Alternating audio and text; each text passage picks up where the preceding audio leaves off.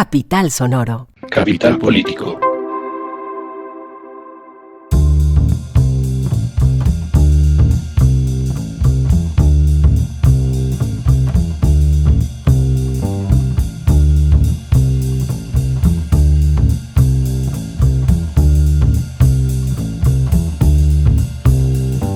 Capital Político es un podcast que semana tras semana, 2 veces a la semana, se ocupa de las noticias más importantes de Colombia, Bogotá y el mundo. Yo soy Santiago Rivas y nuestro temario de hoy tiene varios puntos que nos parecen importantes. Para empezar, vamos a hacer nuestro habitual repaso de noticias que va a estar muy centrado en el Congreso, pero también en algunas cosas del gobierno, incluyendo, por supuesto, el cambio en la cúpula de la Policía Nacional, la salida del polémico Henry Sanabria. Después de eso vamos a hablar sobre migración venezolana, porque un artículo publicado en El Espectador revela que aunque la migración de personas venezolanas hacia Colombia ha seguido en aumento sin parar, el tema no solamente ha salido de nuestra conversación pública, sino que además las cifras están perdiendo transparencia, es decir, existe cada vez más la posibilidad de estar ante un subregistro, y esto pues tiene unas implicaciones muy grandes, no solamente en términos de cómo se maneja un fenómeno tan grande como la migración venezolana durante la crisis, que es una crisis de refugiados, y que nos pone a nosotros pues en calzas prietas si se trata de cuidar de las personas y de atender y de abrir las fronteras, sino también obviamente los derechos humanos, los derechos políticos de la población migrante. Después vamos a terminar hablando sobre un descubrimiento de una red de bots, cuentas falsas y automatizadas en redes sociales, en este caso en Twitter, que parece estar moviendo unas agendas de derecha radical que están rozando con mensajes verdaderamente muy peligrosos. Vamos a hablar sobre este descubrimiento porque pues tiene unas implicaciones importantes para la manera en que consumimos información, porque todos hacemos parte de ese entorno desinformativo. Dicho esto, arranquemos.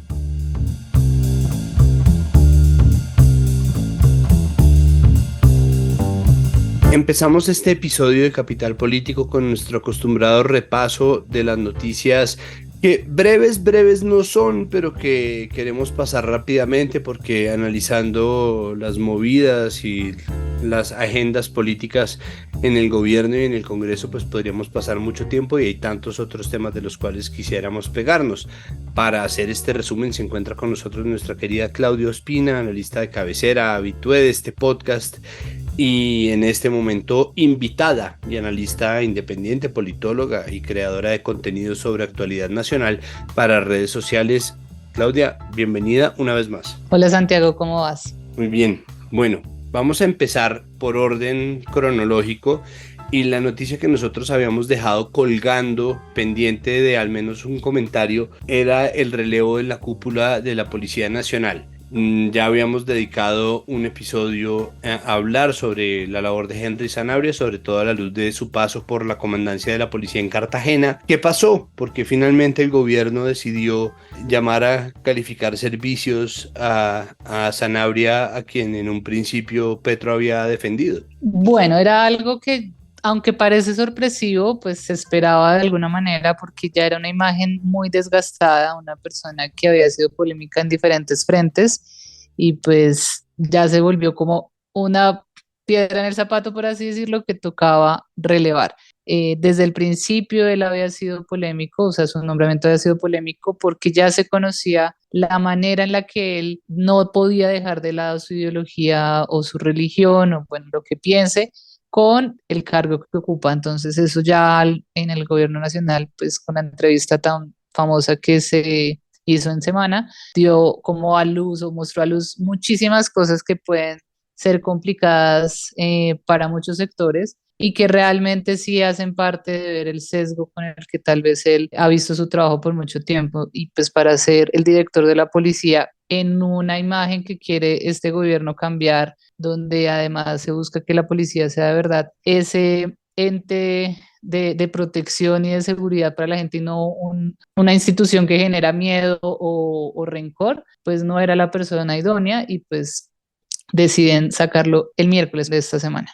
Hay una pregunta que se me ocurre es, bueno, si tanto tiempo le costó sacar a Sanabria después de declaraciones que pues contravienen la idea de un Estado laico, de las libertades individuales, la relación con la población LGBTIQ, ¿será que sí va a haber una reforma a la policía en este gobierno de reformas? Probablemente, pero pues yo creo que también depende mucho de las dinámicas de las reformas que se están pasando, ¿no? Porque si vemos todo lo que se ha querido cambiar con lo que de verdad ha resultado, pues tenemos la reforma tributaria ahí que bien o mal pasó, pero pues reformas tributarias hacen todos los gobiernos. Ya hacer cambios más estructurales no se ha logrado y de ahí en adelante vienen un montón más, la laboral, la de pensiones, la política se le cayó, entonces yo creo que sería también un poco sano esperar un poquito a que los ánimos bajen, a que se vea también más claro el panorama en el Congreso, porque ya lo hablamos con usted la semana pasada, pues quienes son de gobierno al final no apoyan todo, entonces también esa garantía ya no es tan fácil como de decirnos que igual yo tengo sus partidos y ya.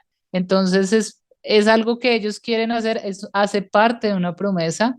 Hay unos cambios que ya se han hecho, el nombre del SMAT, cosas que al final pueden ayudar y el protocolo que se hace cuando hay disturbios, pero ya un cambio profundo, pues puede que terminen no haciéndolo. Todo depende del panorama y de cómo se vaya moviendo todo. Bueno, ya que usted habla sobre protocolos, creo que es el momento perfecto para recordar que en las manifestaciones que tuvieron lugar ayer jueves 13 de abril se vio al ESMAD, o bueno, al antiguo ESMAD, el cuerpo de acompañamiento a la protesta, disparando sus armas menos letales en línea recta, cosa que contraviene y mil veces se dijo durante el paro de 2021 y cuantas veces haya que recordarlo, pues hay que hacerlo disparando sus armas de frente a quienes estaban manifestando. La protesta es un derecho y pues bueno, son cosas que empiezan a pasar y que empiezan un poco a pasarle factura al gobierno Petro, pero las agendas de seguridad pues las dejamos para luego, pero por ahora cuénteme. ¿Quién llega a reemplazar a Sanabria? ¿Quién va a ocupar ese puesto? Llega William Salamanca, una persona que ha sido cercana al presidente Petro, sé que ocupó, no me acuerdo exactamente qué cargo, pero en el gobierno de Santos, hizo parte del gobierno de Santos de alguna manera, pero en campaña fue un asesor de seguridad de Gustavo Petro, muy cercano a él, entonces pues le apuesta también a esa carta de alguien que lo conoce, es un general retirado, entonces pues tocó como no sé esos trámites como hacen internamente, pues como que es retirado, pero entonces vuelve al servicio. Y pues él estaba, creo que en Estados Unidos, y ya viene a Colombia pues a ocupar este cargo de director de la policía. Es tremenda cosa que haya sido un general retirado, porque a final de cuentas, si uno que sigue sin hacer uso de retiro le queda complicado entrar al SECOP, imagínese reingresar al SECOP, complicadísimo. Un trámite fuerte, pero pues sí tiene 37 años de experiencia en la institución, entonces es una persona como que de gran trayectoria. Y lo más importante, cercano a Petro, entonces pues ahí ya se quita un pequeño peso encima de tener a alguien que tal vez le genere problemas. Vámonos a hablar sobre el Congreso. Esta semana se hizo el debate de moción de censura al ministro de Relaciones Exteriores, Álvaro Leiva. Cuénteme qué pasó. Él estaba citado principalmente porque lleva 9 veces citado control político en el Congreso y no ha asistido. Y eso pues al final es una labor que tienen los funcionarios. Sin embargo, durante el momento en que se estaba haciendo la moción de censura, había un evento con familias de militares en el recinto, en algún salón del Congreso. Y después de que se acabó ese evento que tenían, los familiares interrumpieron el debate porque querían entrar al salón donde se estaba haciendo el debate, a sentarse en las gradas que hay pues para el público. Acá es importante que sepamos que aunque es normal que haya público en los debates, pues esto tiene un trámite, esto no es como que yo me levanto y digo, ay, voy a ir al Congreso a meterme un debate, no funciona así, porque hay primero un principio claro de seguridad donde hay un registro, las personas, pues si hay una lista de gente que va a ir y normalmente hay público para muchas iniciativas, si se va a debatir algo, no sé, de animales, hay animalistas ahí, si se va a debatir algo en pro de los derechos de las mujeres, seguramente hay mujeres, es muy, muy normal que eso suceda, Pero en este caso, pues ellos intentaron interrumpir el debate y el presidente de la Cámara no lo permitió. Y ahí es que aparece el representante Uzcategui, que es del Centro Democrático, nos sorprende, no, que pues llegó con un megáfono a decir que era el colmo que no los dejaran entrar al debate. Escuché, tuve el gusto de escuchar la entrevista que le hicieron, donde él prácticamente se muestra como una víctima porque no lo dejaron usar su megáfono, que él no sabía que era un delito tener un megáfono en la oficina, que además las familias tenían derecho a ser escuchadas y el periodista que lo entrevistaba decía, pero es que ¿qué tiene que ver una moción de censura al canciller con las familias de los militares? Y yo también pensaba, si fuera el ministro de Defensa, uno dice, está, ok, pero este fue unas ganas de hacer show, unas ganas de demostrar que no hay garantías en el Congreso, que no hay garantías para ellos, o sea, un show innecesario y que además no tiene ningún sentido en el Congreso, por lo que le digo, porque aunque sí hay habilitado público, la manera no es como que yo me meto al recinto porque sí y porque me tienen que escuchar. Y pues obviamente también se vuelve un tema donde el presidente de la Cámara sale a decir como vamos a hacerle un proceso disciplinario a este congresista porque no cumple las reglas que hay en cualquier debate en el Congreso. ¿Cuál es el futuro ahí de Uzcategui? ¿Qué le va a pasar? Pues probablemente lo investiguen, pero pues la verdad puede que, no sé, lo sancionen por algo, pero la verdad no creo tampoco que vaya a haber un problema más allá de que se vuelva un tema legal, ¿no? Porque de ahí a que la persona se ponga a hacer el proceso, pues no se sabe, pero por ahora sí me parece que más allá de que le pongan una sanción, lo investiguen, etcétera, pues sí es importante mostrar que estos shows no son necesarios. Lo que pasa, y acá entro como abogada del diablo, es que también ha habido momentos en que, por ejemplo, la Guardia Indígena, bueno, unos profesores estuvieron hace como 2 meses, creo, en el Congreso y también quisieron entrar a la fuerza y ellos sí los dejaron entrar por ser indígenas y entonces obviamente empieza ese debate de por qué a ellos sí, por qué a los familiares de los militares no. Y pues ahí sí hay que decir que si uno permite algo,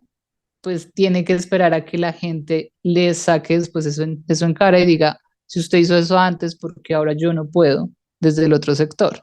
¿Qué pasó finalmente entonces con el ministro Leiva? ¿Qué resultados dio el debate de moción de censura? Nada, él dio sus justificaciones frente a los nombramientos que ha hecho. Obviamente estos debates para los que lo han visto, eso es larguísimo, todos empiezan a decir lo que opinan, lo que pasa, pero al final pues se vota y no pasa nada, y pues en este caso fue así. Él sale bien librado, pero pues sí es importante que entienda que hace parte de su deber, gústele o no, hacer pues llegar a los controles políticos que lo citen, sea las veces que sea necesario ir. Entonces, pues que ojalá se tome esto que al final hace parte de sus funciones muy en serio. Seguimos con el Congreso, pero vamos a terminar con la novela, el novelón, ¿no? La reforma a la salud. ¿Qué ha pasado? ¿Qué pasó esta semana con, casi que uno pregunta ya como cuando tiene un hijo caspa, que es como, ¿y ahora qué pasó? ¿No? Ahora qué pasó con la reforma a la salud? La idea, o pues lo que se tenía planteado era que el debate empezara el jueves de esta semana. Sin embargo, no pasó y se aplazó para el martes de la próxima semana. Eso pasó el jueves en la mañana, pero en la tarde ya salió la ministra Corcho a decir como muy chévere sus propuestas y todo, pero vamos a aceptar solo 36 de las, creo que 138 que habían pasado estos partidos. Y esto que generó, pues nuevamente, que tanto el partido de la U como el partido conservador digan, no, así no vamos a apoyar la reforma de la salud porque no están siendo escuchadas nuestras propuestas, que es lo que además ellos llevan meses pidiendo. Entonces, el panorama para el martes por ahora está en incertidumbre, pero con la incertidumbre también hay lo que llamamos filtraciones de noticias. Presuntamente los políticos usan este recurso para ver cómo la opinión pública reacciona, ¿no? Hoy, viernes, el presidente Petro como que canceló toda su agenda para concentrarse en este tema.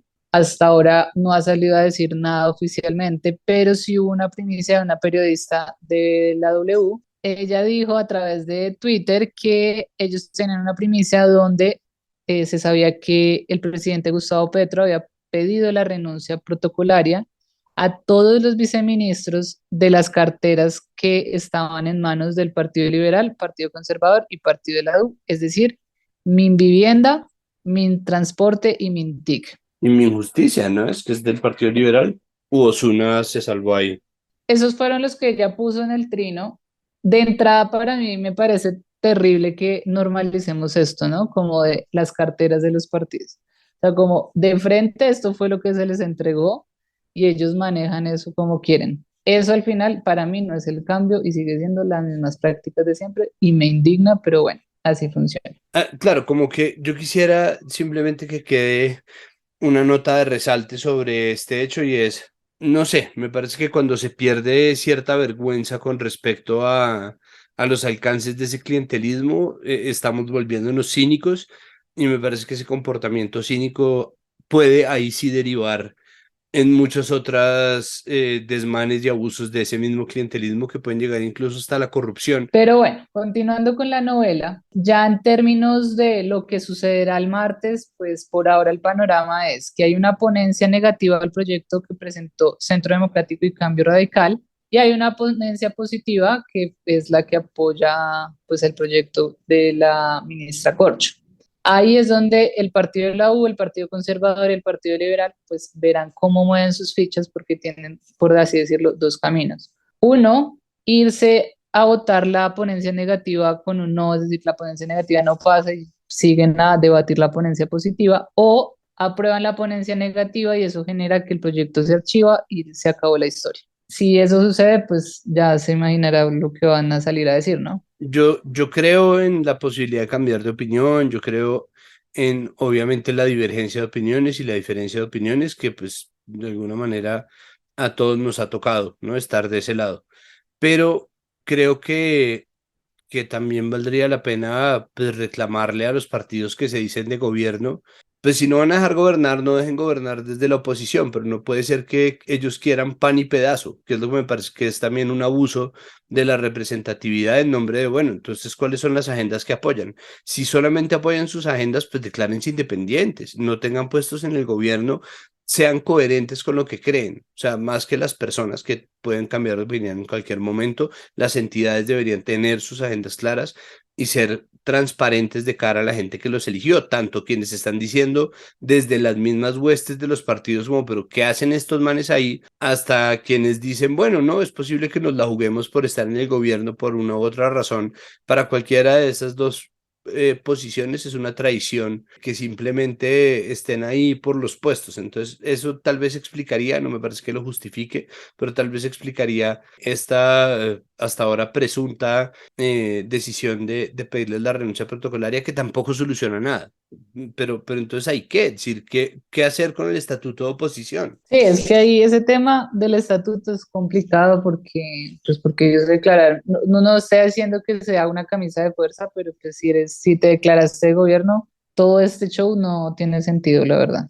También hay que decir, pues bueno, que la posición absolutamente intransigente de la ministra Corcho, pues no va a ningún lado. Es decir, se le cree que esa es su posición y que esa es la historia de su trabajo, desde las agremiaciones de trabajadores de la salud donde ha estado, pero al mismo tiempo, pues es que gobernar también es dialogar y vale la pena ceder. Entonces, si por un lado Petro da y por el otro Corcho quita, pues es de verdad suma cero y eso no le está ayudando a nadie.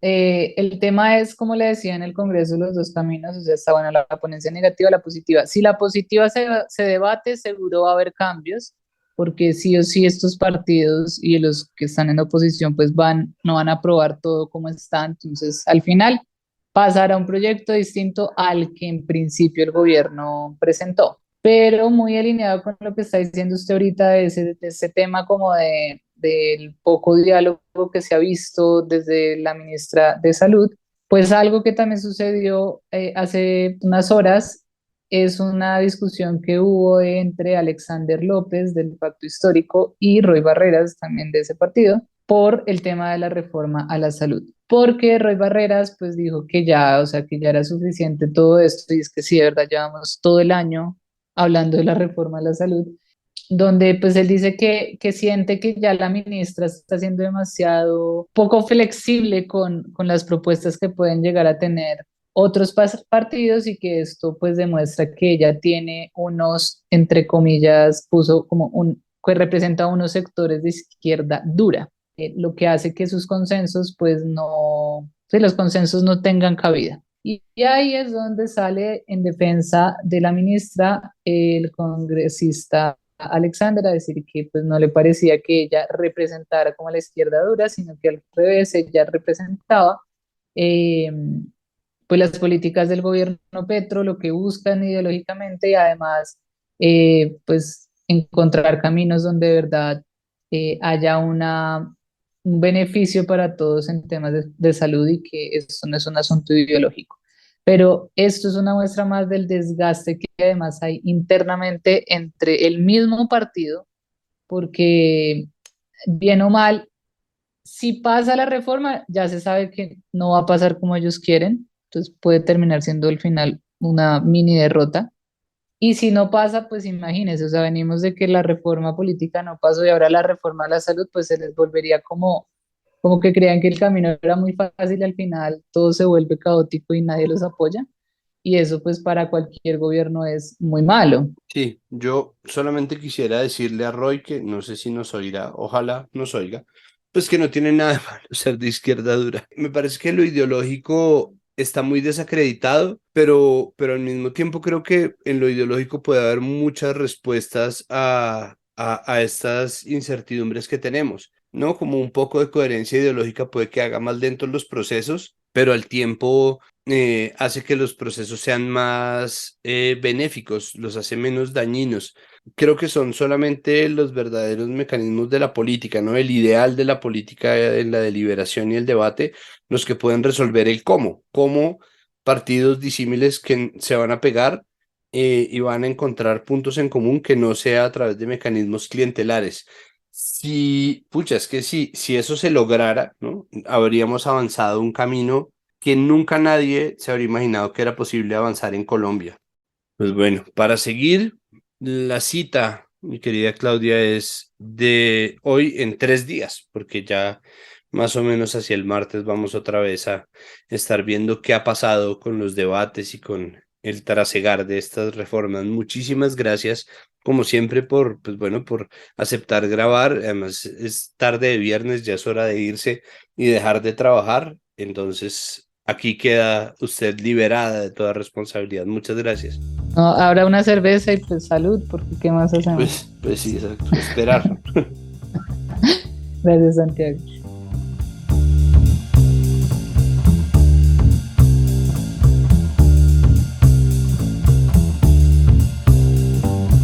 Pasamos del repaso a hablar sobre el tema de la migración venezolana y este es un tema que nos apasiona en Capital Político porque nos parece que la agenda de cuidado a la población migrante pues es un fenómeno global, pero que a nosotros nos ha tocado vivirlo desde una posición muy particular.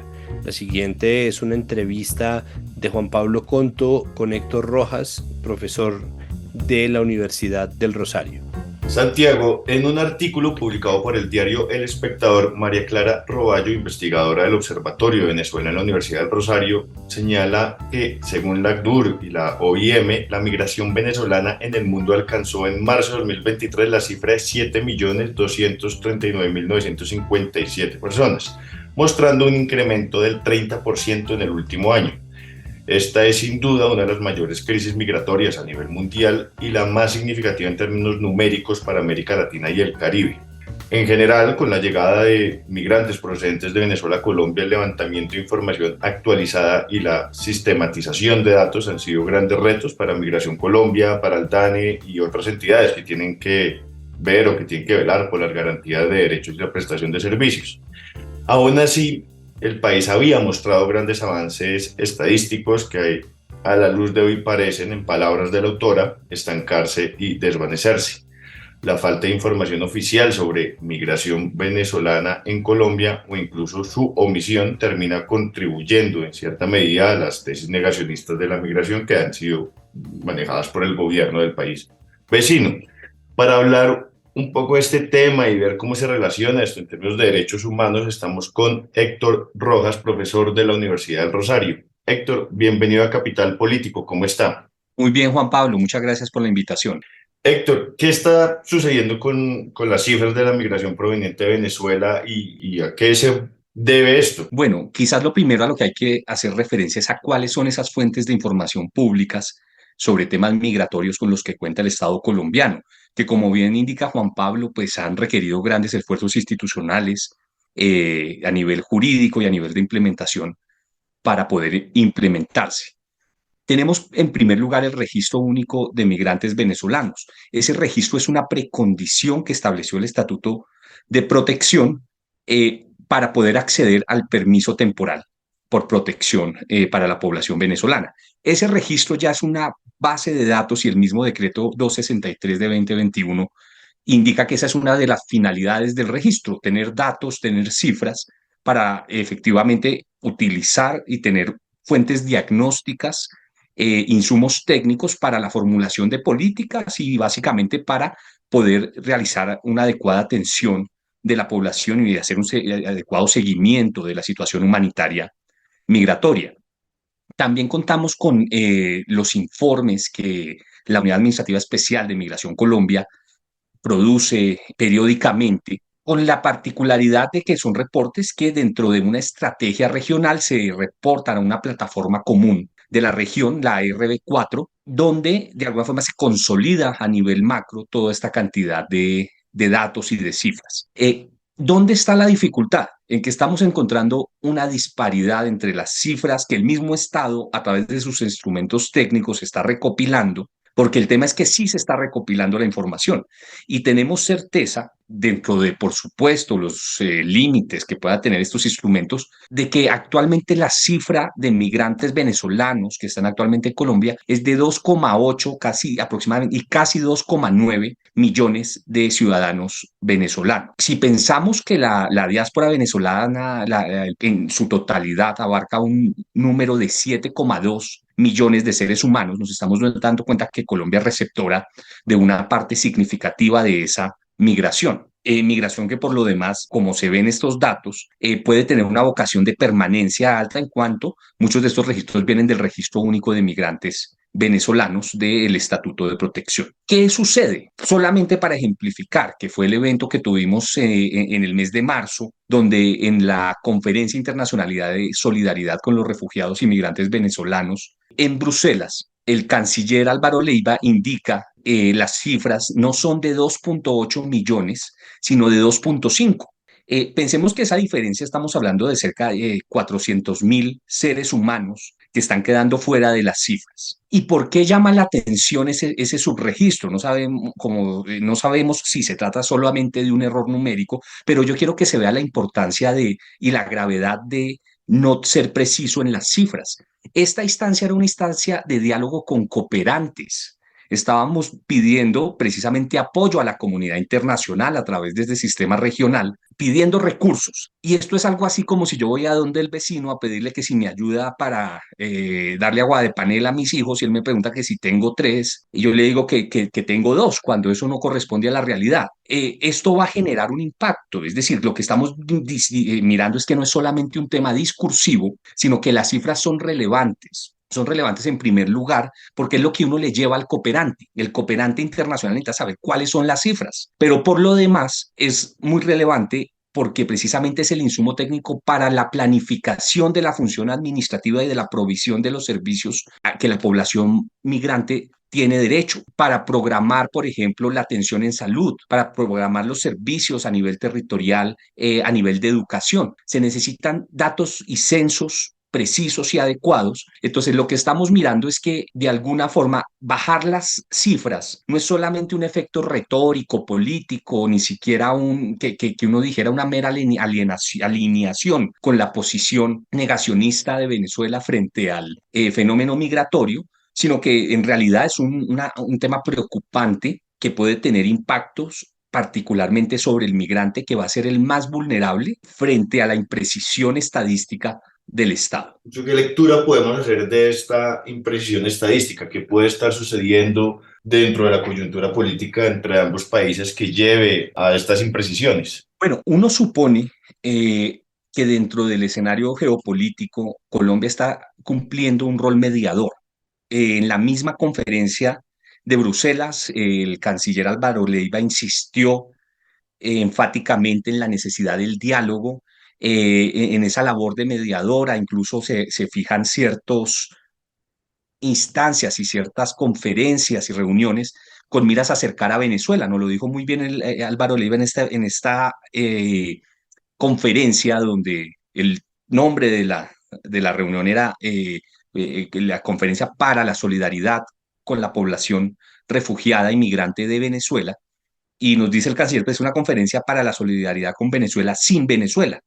Ahora hay que decir que Venezuela no asiste, no por no haber sido convocada, sino precisamente porque políticamente y dentro de ese escenario negacionista no le sirve al gobierno venezolano estar en foros donde se reconoce una crisis migratoria grave, severa, que está generando problemas humanitarios de gran alcance.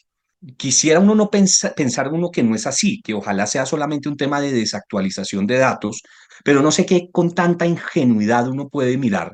Y por el otro lado, pensemos también que la Cancillería, en cuanto entidad administrativa, tiene unos deberes de buen servicio, y dentro de esos deberes está el que haga la política pública y las relaciones y conduzca las relaciones internacionales con fundamento en información veraz. Y si el mismo Estado colombiano tiene cifras que no están expresadas en los discursos públicos, pero en un discurso público que, como indiqué, buscaba era ayuda de cooperantes. Estábamos diciendo que teníamos menos migrantes de los que tenemos. Entonces, ¿eso cómo puede ser coherente y consistente? Pero entendería uno que detrás de esto, más que un error, quizás la idea de que en esa labor mediadora se cede en el discurso público, se busca de alguna forma alinear posiciones, y uno sí ve una coincidencia y se resalta, por ejemplo, que el próximo 25 de abril, es decir, en unos 10 días, van a llegar a Colombia una comisión de países, incluidos miembros de la Unión Europea, para reactivar el diálogo con Venezuela. Entonces, yo creo que puede tener esa bajada de tono, puede tener sin duda que ver con esa labor mediadora de Colombia, pero lo que le alarma a uno desde la academia y desde la visión de política pública es que manejar mal las cifras no es solamente un efecto retórico, sino uno que puede tener efectivo impacto en la garantía y goce efectivo de derechos de la población migrante. Podemos como profundizar en esta relación que existe entre un subregistro y la garantía de derechos humanos. Sí, claro, por supuesto, porque uno supone que la información de los censos, la información censitaria, sirve precisamente para que el Estado pueda planear, planificar, apropiar recursos, financiar, diseñar políticas públicas, porque no es lo mismo, por ejemplo, piense a nivel territorial, un departamento, un municipio que tenga que prestar el servicio de educación a 2.5, bueno, no pasa, no se concentrará todo en un municipio, pero piense un subregistro que genera, pues va a generar desfinanciación, va a generar problemas en la planificación de los servicios del Estado. Por ejemplo, se preverá entonces un servicio de salud para menos población. Y eso que yo digo 0.5, pues estamos hablando de 400.000 personas. Y eso en materia de planificación y de provisión de servicios públicos, pues es un desajuste grandísimo. Dejar una población o tener, digamos yo, como administración municipal, por ejemplo, que atender con recursos a flujos migratorios con los que yo no contaba, ni siquiera porque el Estado no tenga el registro, sino porque el Estado en su discurso público quiere defender una cifra diferente. Entonces, claro, esto impacta, también pensémoslo a nivel, bueno, de planes de desarrollo, pero tanto al nivel territorial como en el nivel nacional. ¿Cómo vamos a formular política pública para los migrantes desconociendo las cifras oficiales? Eso va a impactar la formulación de política pública sin duda. ¿A qué aspira uno? Que se trate solamente de un tema retórico. Yo creo que aún así uno espera dentro del deber de probidad del Estado transparencia. En los estados de derecho es fundamental que no se instrumentalice el Estado para el mero discurso político, y que los ciudadanos seamos tratados como adultos, que seamos tratados como seres racionales que podemos, primero, exigir rendición de cuentas a la administración pública, que no se nos debe mentir en las cifras, que podemos hacer nuestro propio balance, nuestros propios juicios, y que por el otro lado se trata también un tema de control sobre el poder público, porque cuando vayamos a evaluar la gestión administrativa en la atención de los migrantes, será muy distinto si yo lo hago con cifras desfasadas o cifras que no concuerdan. Entonces yo creo que esto sí tiene un serio impacto en la formulación de políticas públicas y es un tema más serio que no se limita a un aspecto meramente retórico. Héctor, ¿cuáles son esos derechos que más se ven vulnerados cuando el migrante se encuentra en esta situación o queda por fuera de las cifras y de la generación de una política pública alrededor pues, de esas cifras? Bueno, en principio, entonces sería muy relevante hablar acá del decreto 263 de 2021, que es el estatuto. El estatuto ciertamente no reconoce derechos políticos, reconoce la capacidad de ejercer ciertos derechos, como por ejemplo el de afiliarse al Sistema General de Salud y Seguridad Social una vez se adquiere el permiso, la posibilidad de adelantar las planillas de afiliación para la cotización a pensiones para fiscales, también la posibilidad de ejercer la libertad el derecho fundamental a la libertad de profesión y oficio, de poder en iguales condiciones acceder al mercado laboral en condiciones paritarias con los demás ciudadanos de forma regularizada. Por supuesto, en el caso de los menores de edad, pues vamos a encontrar también un sistema diseñado para el restablecimiento de derechos. Entonces, lo que estamos hablando son de servicios de salud, de servicios en general del sistema de seguridad social, que creo que son de los que más pueden afectar al migrante. También puede afectarlo, note acá, el tema de las políticas de inclusión laboral. Si vemos, por ejemplo, el índice de integración, el índice multidimensional de integración socioeconómica de los migrantes, que es una métrica que ha creado la Dirección Nacional de Planeación en un ejercicio para evaluar cómo se encuentra esta población migrante venezolana en materia de satisfacción de necesidades básicas, de integración económica, de integración social y de regularización. Lo que vamos a encontrar es que todas estas políticas de integración se planifican o aspiramos a que la administración, en ejercicio de ese principio de planificación, de eficiencia, de eficacia en la implementación de las políticas públicas, se espera que se tenga y que planifique con base en cifras correctas. Entonces, si las cifras no son adecuadas, lo que vamos a encontrar es que cada una de esas instancias, tanto laborales como a nivel de servicios de salud, en restablecimiento de derechos de los menores, que puede ser quizás el tema más sensible en todo esto, pues se haga con cifras que no son adecuadas y que al momento de hacer los planes de desarrollo, al momento de hacer las apropiaciones por parte de los departamentos y municipios, pues se hagan con otro marco poblacional y que nos vayan a faltar recursos. Entonces, esto es claramente un atentado contra el migrante, contra la población migrante y la posibilidad y el derecho que tienen a que sus necesidades sean planificadas por la administración pública y efectivamente cubiertas. Y Héctor, ¿cómo se puede subsanar esta situación y cómo evitar la instrumentalización del migrante dentro de nuestras narrativas e incluso evitar incentivar discursos que terminan cayendo en la xenofobia? Yo creo que hay un tema fundamental. Yo hablaría de dos temas. El primero es que uno entiende la dimensión política del Estado, particularmente en el manejo de sus relaciones internacionales, pero se debe delimitar aquello que forma parte de una postura política, de una visión regional, incluso de un apoyo a un gobierno, de los aspectos técnicos, de los aspectos precisos en materia de cifras. Ya si uno tiene objeciones con las cifras, con las metodologías de la agregación de datos, eso es otro problema, ese es un problema técnico. Pero lo que no parece adecuado es que el discurso político se apropie de temas técnicos como la medición, y técnicos objetivos. Es que habrá temas técnicos que de pronto susciten debates, pero en la contabilidad del número de migrantes es que es el número que se nos reporta, no hay otro. Por supuesto, el canciller, matizando esto, quiso hablar luego de que había que hacer un verdadero censo real en Colombia y eso está muy bien, pero por ahora, pues hay que disponer y actuar con fundamento en los mejores instrumentos técnicos de agregación de datos que tenemos, que en este caso son los informes de Migración Colombia y el registro único de migrantes venezolanos que creó el estatuto.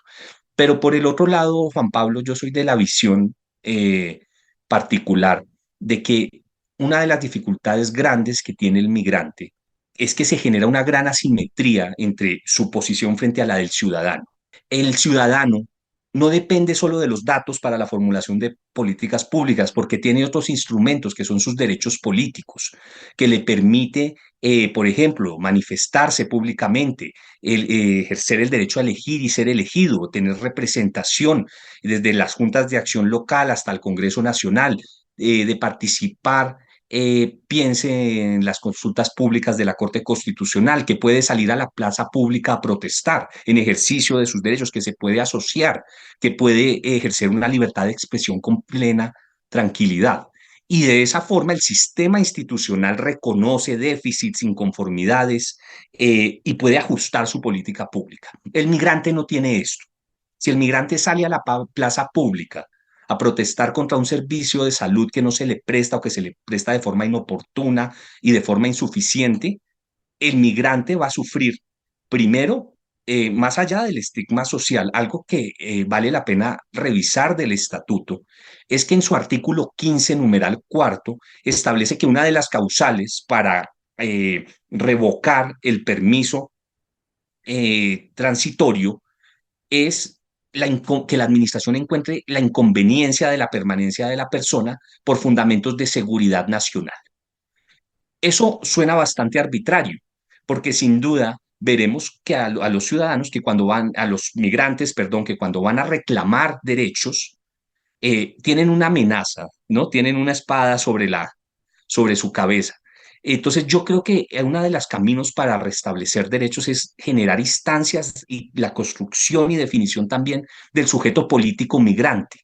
No podemos ya caer en esa vieja, no vieja, es una distinción académica y conceptualmente adecuada, de división entre los derechos civiles y políticos y los derechos naturales que ostenta el migrante en fundamento a su dignidad humana, pero eso no indica que no debamos también crear instancias de participación y de respeto a la dimensión política del ciudadano, del migrante, particularmente cuando el migrante lleva largo tiempo en el territorio, ha planificado su vida personal, su vida laboral, autorizado y regularizado por el Estado en un territorio sin tener mecanismos políticos para expresar sus posiciones. Creo que eso, y cuando estamos hablando de una masividad de cerca de 3 millones de personas desamparadas en el reclamo y en el ejercicio de sus derechos, casi siempre en ese reclamo mediadas por organizaciones de la sociedad civil, organizaciones no gubernamentales, pero sin instancias directas de participación y de influencia para poder llevar sus visiones e intereses políticos al foro público. Yo creo que ese es un déficit y sería uno de los mecanismos que nos podría ayudar a solventar este déficit en goce efectivo de derechos de los que sufre esta población.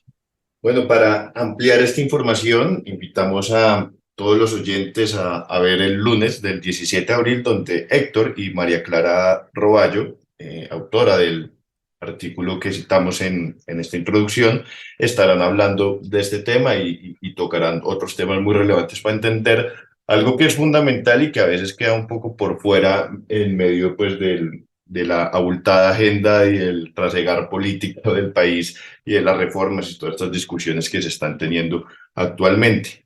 Héctor, muchísimas gracias por aceptar la invitación a Capital Político. Juan Pablo, con el mayor gusto. Cordial saludo.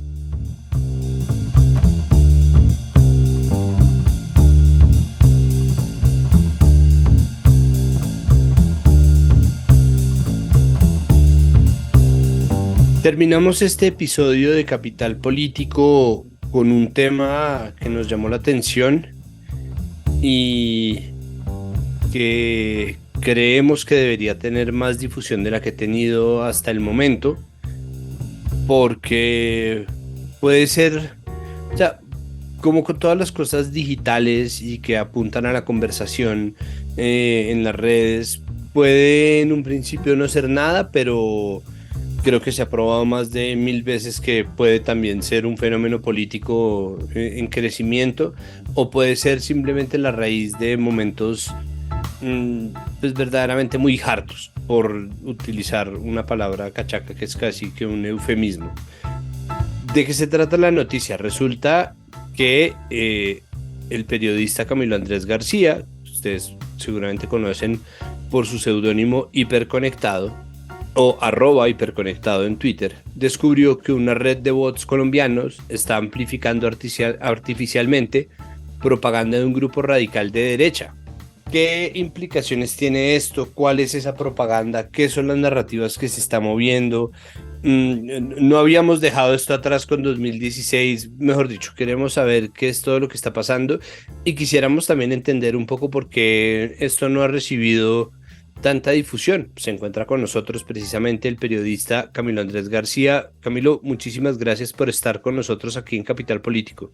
No, gracias a ustedes. Camilo, cuénteme por favor, ¿qué fue lo que usted descubrió? Primero, pues digamos, uno es un consumidor de redes sociales y muchas veces uno no se da cuenta de lo que aparece en su feed. Yo como periodista he tratado de especializarme en una serie de campos que no son, digamos, los tradicionales del periodismo clásico.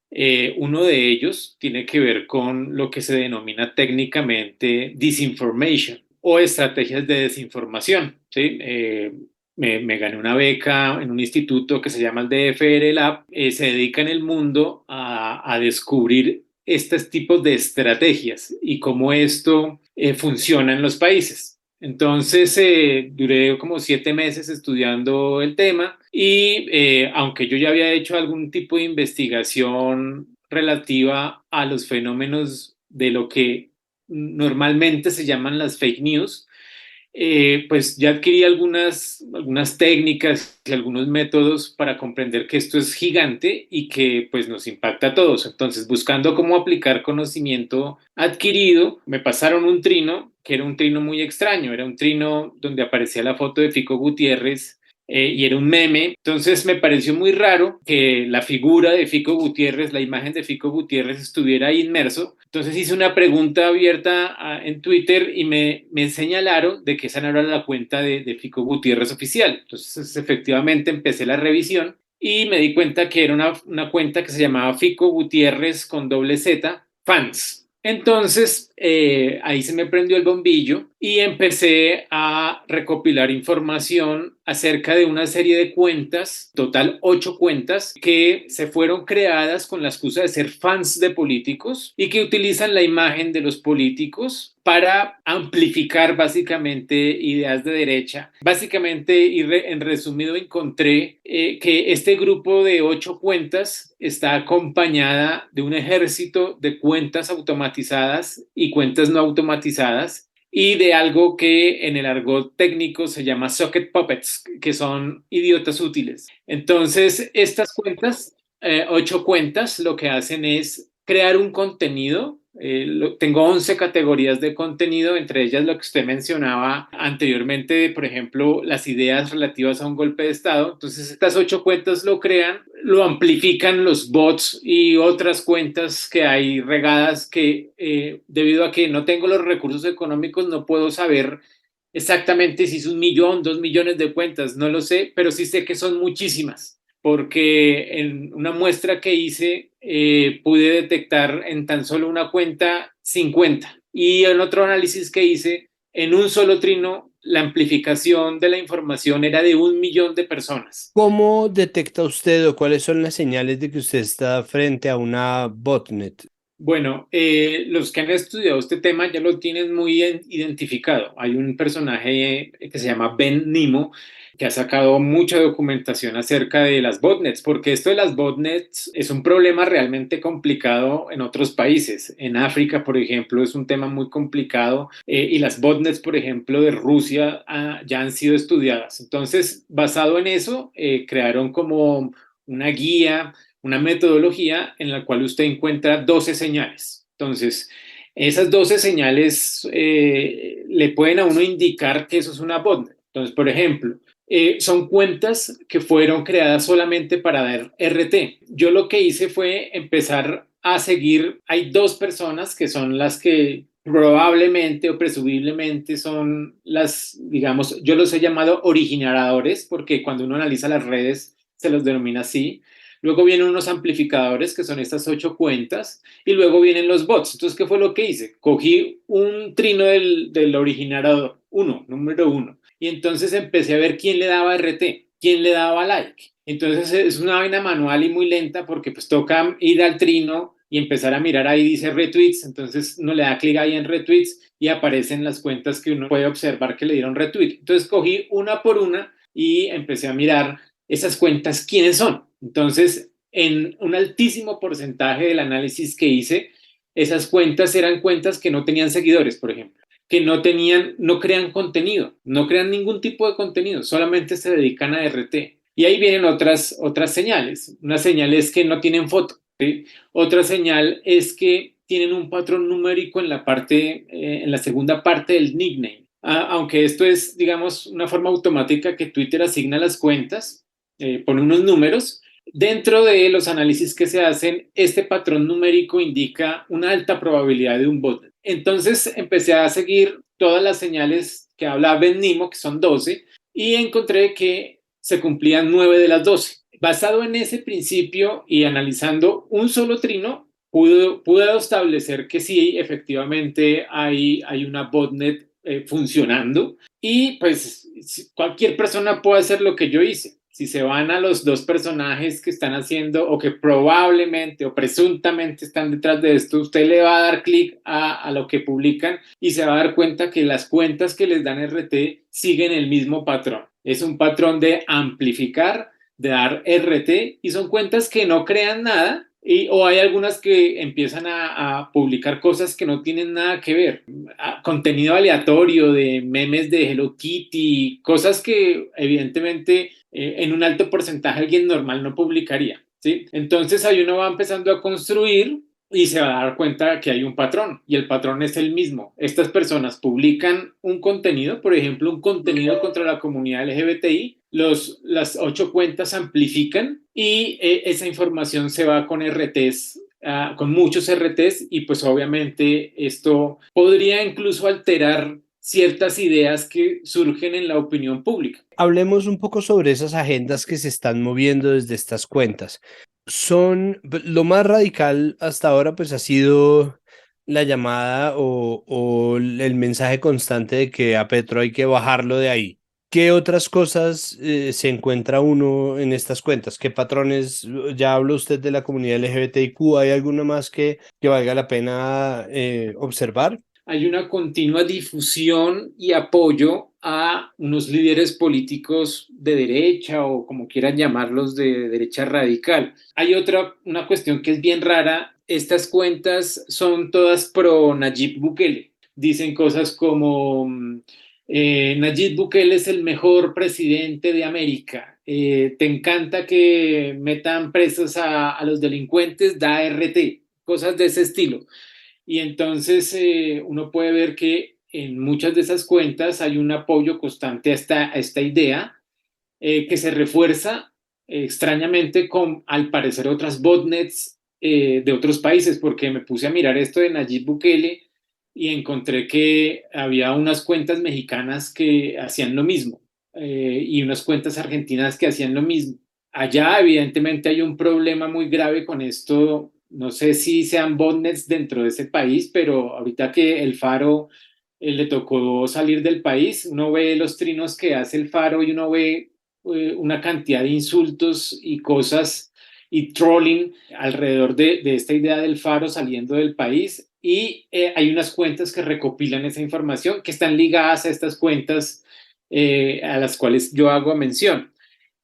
Hay otros patrones. Por ejemplo, cuando ha habido marchas o cuando hay marchas, es la idea de maximizar las marchas de la derecha y minimizar las de la izquierda. Entonces, fotos sacadas de contexto de marchas diciendo que unas marchas son más pequeñas, otras marchas son más grandes. Hay ataques a medios de comunicación también. Hay unas cosas un poco ridículas, por ejemplo, defensas incoherentes del sistema pensional o del tema de salud, que uno entiende que una persona de derecha está en todo su derecho de expresar sus ideas y ojalá lo hicieran con mucha altura, pero en este caso son casi que infantiles. Y básicamente fueron 11 patrones y todo gira en torno a lo que le estaba mencionando. Ataques a los ministros, defensa de como vainas que están ya institucionalizadas en Colombia, como la pensión, la salud y apoyo a líderes políticos de derecha.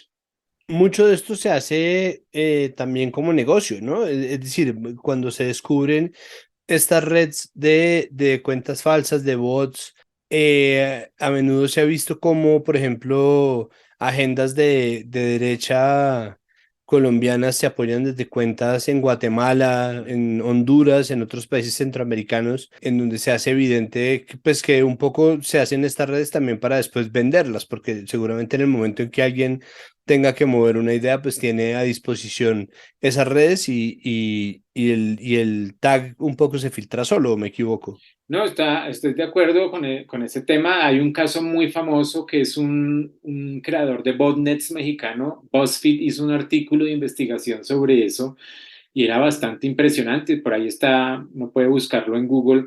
En este caso también descubrí que, o por lo menos las personas detrás de esto, planeaban, o no sé si ya lo han hecho, hacer de esto un negocio, porque yo en una de las cuentas encontré que decía algo así como comunícate con nosotros para mayor difusión, algo así. Entonces, pues yo me comuniqué y me ofrecían servicios pues, de publicación. Entonces pues les dije, oiga, mire, yo tengo un político y quiero pues usar sus servicios. Y la persona que me respondió me decía, sí, claro, con mucho gusto tenemos a disposición un servicio de un mes que cuesta 200K. No sé exactamente a qué se refería con 200K. Y yo le pregunté varias cosas. Le pregunté que si era una sola cuenta, que si eran dos cuentas. Y en conclusión, pues estaban vendiendo el servicio. O sea, de eso no hay duda porque pues yo tengo los mensajes que intercambié con el señor que hace ese negocio. ¿Qué tan potencialmente peligroso es que se mueva la idea de que hay que bajar a Petro de ahí? Y aquí hay un tema que es un poco, que entra como a discusión,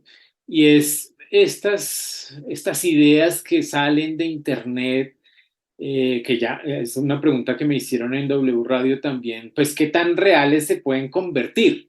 Y yo no tengo una respuesta a eso, además porque hay unos antecedentes en Colombia donde se cuestiona mucho que una cosa es como el mundo digital y otra cosa es la realidad.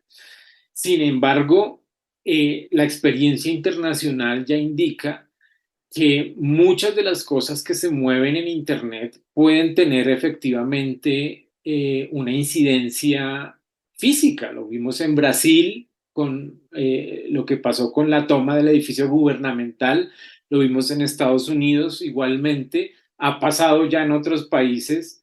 Así que uno podría pensar que si bien a veces hasta puede sonar infantil o unas ideas un poco vagas, la amplificación, el tratar de convencer a otras personas de que lo que hay que hacer es bajar al guerrillero, porque en esta botnet básicamente ese es el lenguaje.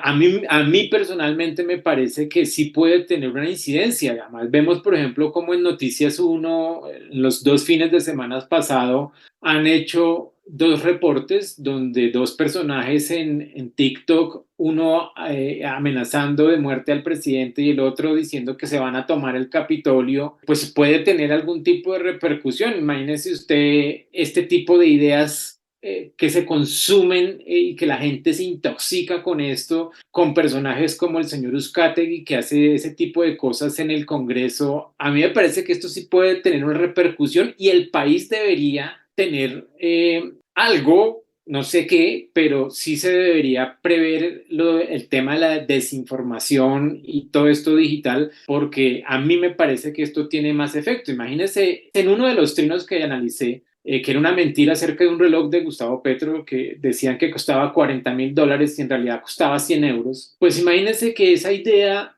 tan básica y tan boba llegó a 1 millón de personas, según las mismas métricas de Twitter. Usted podría imaginar eso en otro tipo de ideas más complejas, donde puede haber, como ya ha pasado, información falsa. Por ejemplo, cuando hubo un ataque en norte de Santander a un camión de valores y estaban diciendo que un policía estaba muerto y utilizaron la figura de un pobre muchacho cadáver para inflar y hacer una información falsa. Entonces, a mí sí me parece que hay una repercusión, es un tema que a mí sí me parece peligroso y es un tema que alguien o una institución o yo no sé quién debería asumir, porque el tema de la desinformación en Colombia, en mi concepto, es jodido y nos va a afectar. Y mire, ya, hay un problema de salud mental con todo esto. La gente se está intoxicando. Todos los que usamos Twitter estamos intoxicados de este contenido porque es una vaina que está bombardeando uno todo el tiempo y uno no sabe ni qué es verdad ni qué es mentira hoy. Todos los países del mundo están haciendo ya estrategias para esto y creo que en Colombia también deberíamos pensar en ello. Claro, de acuerdo. Es que además estas cuentas, por cuenta de su anonimato, tienen la posibilidad de instalar narrativas que en cualquier otra situación serían absolutamente impensables, ¿no? Es decir, como la única gente que es capaz de difundir impunemente discurso de odio son precisamente quienes tienen estas cuentas y quienes son capaces de torcer completamente cualquier contexto, y finalmente lo que se hace es exactamente eso que usted está diciendo, intoxicar una conversación para torcer la forma en que la gente habla sobre la actualidad. Es que solamente eso ya empieza a generar un vacío de comprensión, pues que es importante verificar. Camilo, pues muchísimas gracias, muchas gracias por aceptar nuestra invitación. ¿Hay algo que se nos esté quedando entre el tintero, algo que valga la pena resaltar? Puede ser que, contrario a lo que yo pensé que iba a pasar con la botnet, que se iba a detener, me parece que lo que está pasando es que se aumentó, porque me han pasado varias cuentas nuevas y pues eso es una vaina rarísima, porque yo pensé que sí iban a tener un poquito de vergüenza, iban a parar el tema, pero no, parece que como si nada. Lo único fue que Fico Gutiérrez sí sacó un trino diciendo yo no soy ese personaje y las cosas se hacen con respeto, pero los otros políticos que están ahí no lo han hecho. Entonces creo que esto va a seguir y en elecciones, previo a elecciones, esto es detestable. Sí, es verdad, y también existe, ve, usted nombra algo, pero esa desvergüenza que se percibe es algo que viene también cultivándose desde hace años, ¿no? Desde el momento en que se decidió responder al modelo, a la crisis del modelo de medios de comunicación con estos modelos que privilegian cantidad sobre calidad, terminó un poco generándose esa postura cínica de, pues sí, ¿no? Es nuestra opinión y vamos a seguir difundiendo esta información. ¿Qué importa si tiene tantos vicios de arranque o tantos vicios de origen, siempre y cuando pueda instalarse como una especie de agenda dentro de la charla pública? Sí, de acuerdo. Y además las agendas que hoy se manejan, pues son unas agendas lejos del interés público, por ejemplo. Entonces, pues cada quien como que comunica lo que puede y pues gracias a la tecnología hoy uno puede llegar a 1 millón de personas sin la necesidad de un medio de comunicación y pues hablar sandeces de comunidades protegidas, por ejemplo, impunemente porque eso es lo que está pasando realmente. Camilo, muchísimas gracias, y bueno, usted sabe que tiene obviamente las puertas abiertas, los micrófonos abiertos en este podcast. Le agradezco mucho que haya aceptado nuestra invitación una vez más. Vale, no, con mucho gusto y pues siempre a su servicio y al de todos para tratar de comprender unas vainas que son muy raras. Y hasta aquí este episodio de Capital Político. Recuerden por favor que todo lo que pasa en Capital Sonoro, que es bastante, pasa gracias al trabajo arduo de nuestra productora María Alejandra Cuestas, de nuestro periodista investigador Juan Pablo Conto y de nuestro editor Cian León Bernardo González. Recuerden también que esto es comunicación pública, es decir, no necesitamos patronajes, mecenazgos, suscripciones, pagos de ningún tipo, plata de ningún tipo. Les agradecemos muchísimo si lo han pensado, si se lo han preguntado, pero quisiéramos entonces que si van a financiar algún proyecto, sea un proyecto independiente que necesite de esa plata para seguir subsistiendo.